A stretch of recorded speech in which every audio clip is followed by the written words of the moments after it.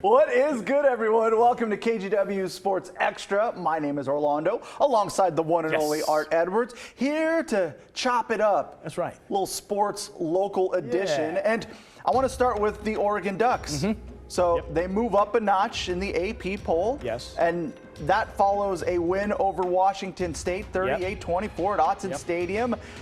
Bucky Irving runs all over the Cougs. Yes. The Ducks defense finds some success in kind of containing Cam Ward. In a way, yeah. He throws for over 400 yards, but is hit a bunch of times, sacked 6 times. Yes. And they go 6 consecutive possessions without a touchdown. That's really, that was the game. So what do you take away from a performance like this on the Ducks? Well, one, Bucky Irving is even faster than I thought he was. When he caught that pass and just sort of zipped right through all the defenders, I was like, holy cow, that guy is really fast. I didn't quite expect that, from him. That kind of a game is not that much of a surprise. I mean, he is a quality back. I think at the beginning of the year, some of the experts were listing him in maybe the top 5 of running backs returning this year. So everybody knew that he was good, had the talent. I mean, he was just incredible, on Saturday. And then the defense, we talked at the beginning of the year that this defense had to be better than it was last year in order for them to be a contender. And the kind of pressure they're putting on people is really impressive right now. And one of the guys they had been hoping for who had been injured, one of the linebackers, he got in and he got a sack in his first game. So that was kind of cool. Yeah, and you're seeing it all kind of come together. And what Ducks fans are really going to enjoy is that they're winning in different ways. It's not like it's all Bo Nix having to go out there and throw 4 or 5 touchdowns a game. It's not just Bucky Irving running around and rushing for over 200 yards a game or anything like that. Like, they're kind of beating you in different ways and taking what the other team is giving you. Yeah, without a doubt. I mean, I think last year when I watched them play, I always thought, well, they're going to have to go down and score every time they have the ball, because we just don't think the defense is going to be able to stop people enough to be able to get a victory. This year, I don't worry about it. I like the balanced offense. I know that they're going to score most of the time. They're probably only going to punt 2 or 3 times in a game in most of the games that they play maximum. But it is nice to see them able to win sort of in different ways. Yeah, and this game was close. It wasn't like it was just a beatdown.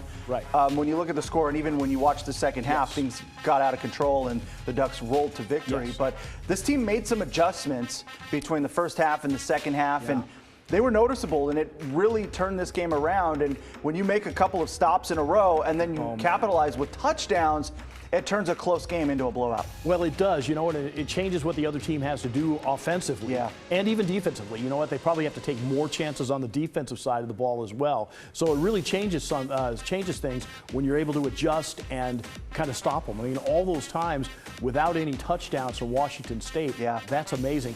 One cool thing from Washington State, though, was Lincoln Victor. Absolutely. How cool is that? 16 receptions, a Washington State single-game record. So now the local boy, Vancouver Union High School, is now in the record books. That's right. I remember going up to to Tacoma to see them play in that championship game, and how emotional those guys were when they won that state title. I mean, that was just great to see, and it's nice to see him producing at the college. Yeah, and I was reading through the Oregon Ducks game notes, and they even shouted out Lincoln Victor in there and saying that his 16 receptions was the most by anyone at Autzen Stadium, breaking a record once held by Cooper Kupp. Wow, that's pretty amazing. Pretty good company to be a part of. So a lot of bragging rights in that regard. But overall, the Ducks were able to expose Washington State, and they're one-dimensional as it is, and we're able to do just enough to keep them out of the end zone.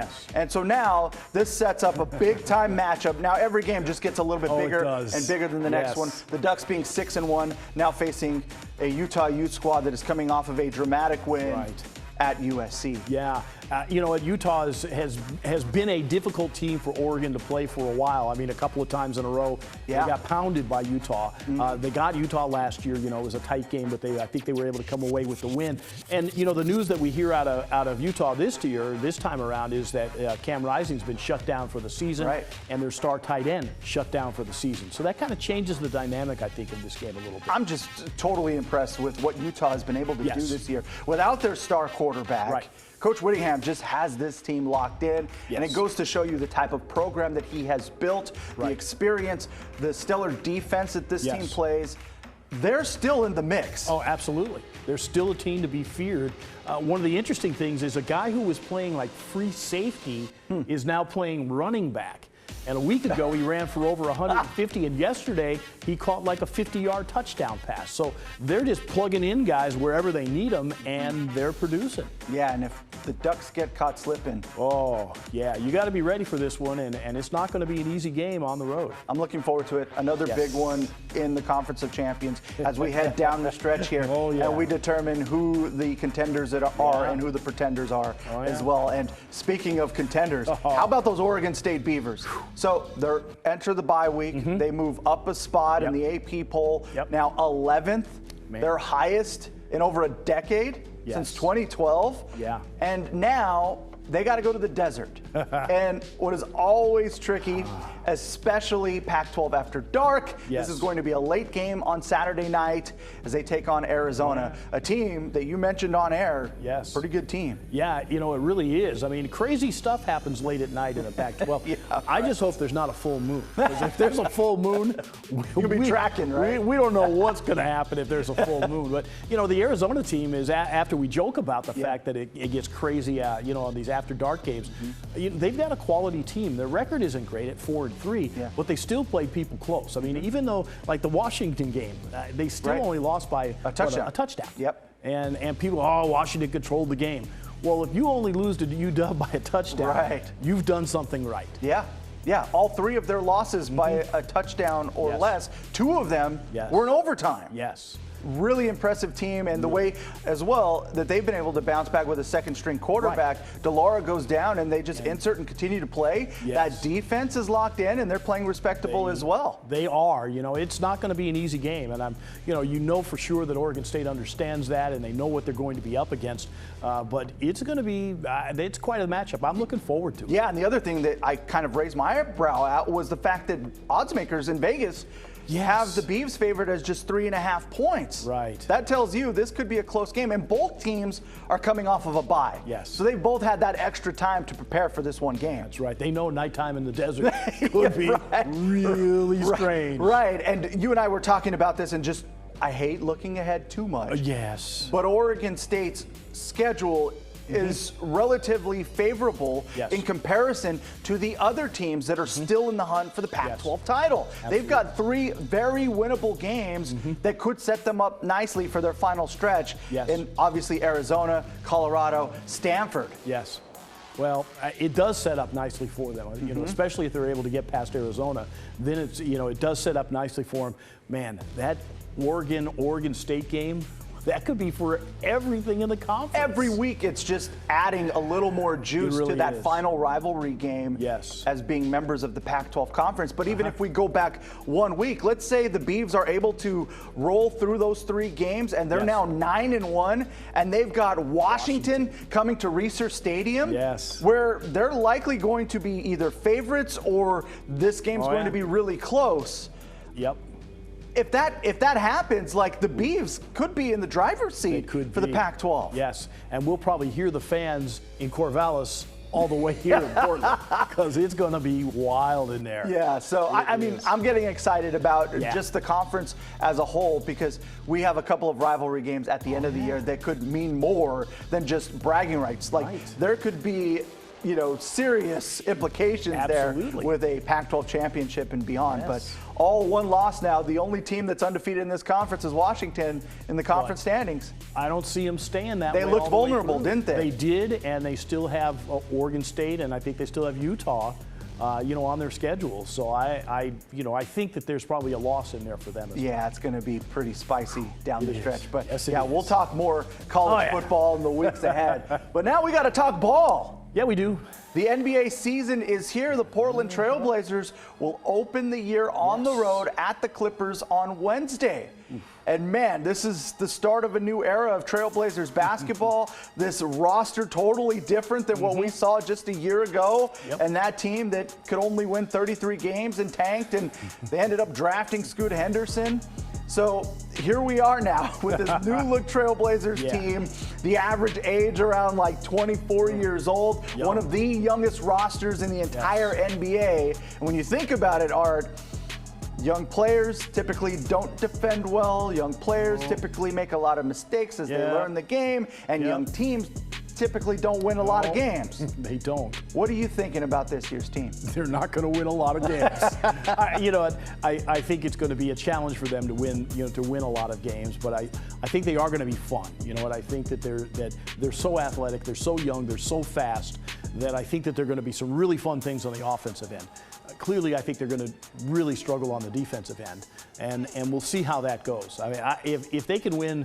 If they can win more than 25 games, I think that they're having a great season. You mentioned, 33 last year and they tanked. Yeah. Well, they're not going to have to tank this year. To get to that number, And they're probably still not getting to 33. So Vegas odds makers put the win-loss, the win total 27.5. So if you were a betting man, would you go over or under 27.5 wins?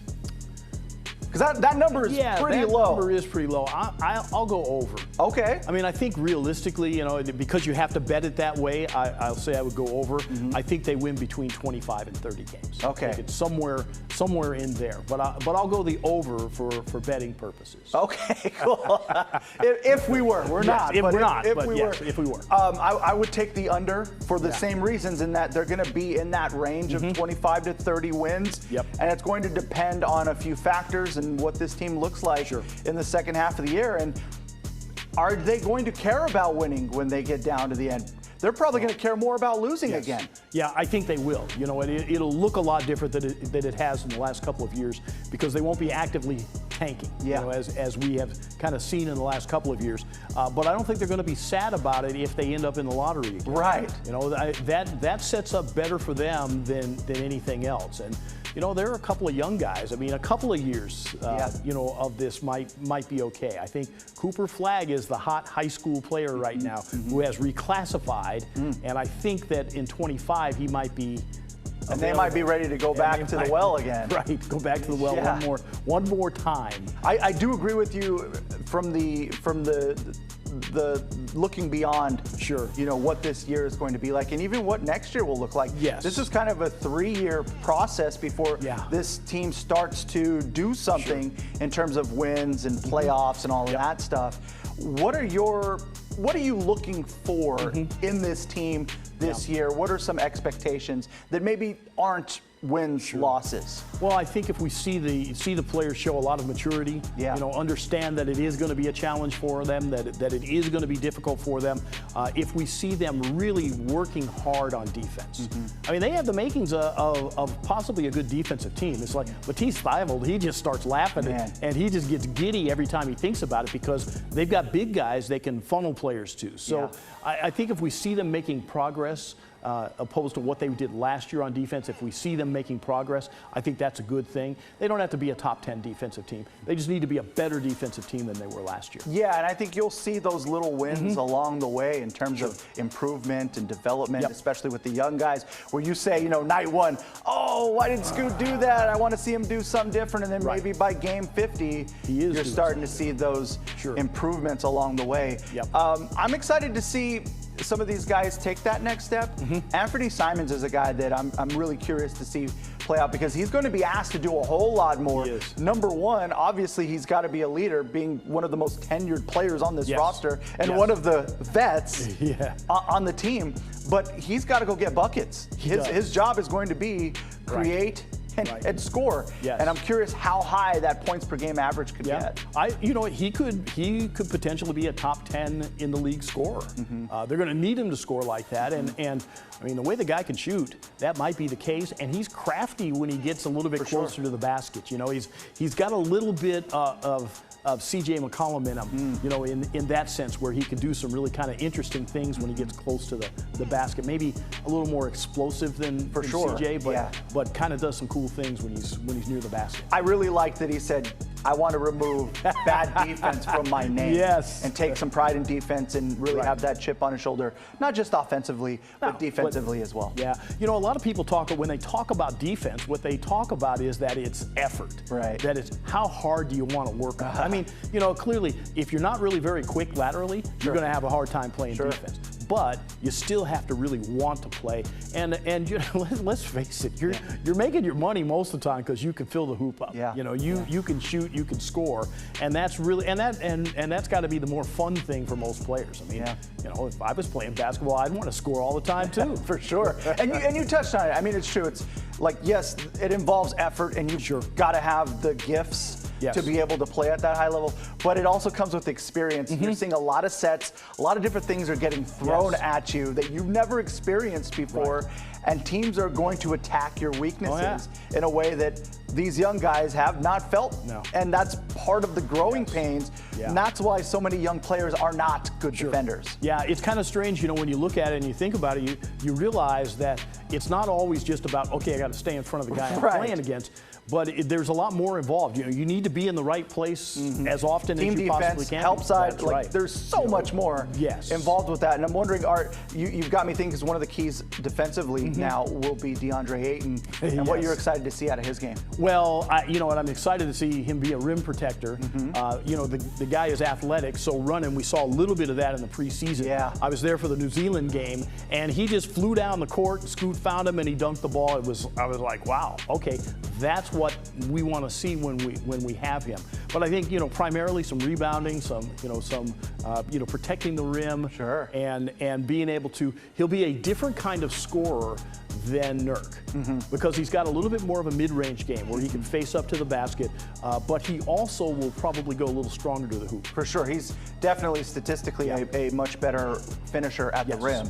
So that'll be a little bit different for Trailblazers fans to see. And there are just so many new players on this roster, and you know, all part of the Damian Lillard trade as well. Malcolm Brogdon, you're looking at Time Lord, Robert Williams III. Like, I want to see how those guys mesh and how they help this team grow. I kind of feel like they have the best center tandem maybe in the league, between having the two guys.